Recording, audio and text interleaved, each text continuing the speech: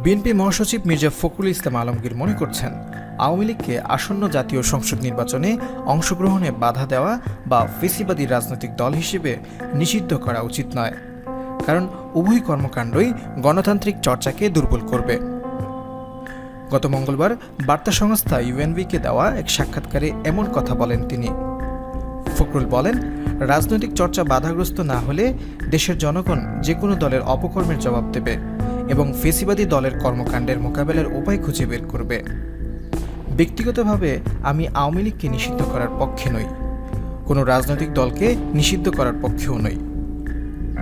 মির্জা ফখরুল রাজনৈতিক পটভূমিতে আওয়ামী লীগের শক্তিশালী প্রত্যাবর্তনের সম্ভাবনা নিয়ে সংশয় প্রকাশ করে বলেন, দলটি রাজনৈতিকভাবে দেউলিয়া হয়ে পড়েছে এবং জনবিরোধী কার্যকলাপের কারণে জনসাধারণ ও তরুণ প্রজন্ম থেকে ক্রমশ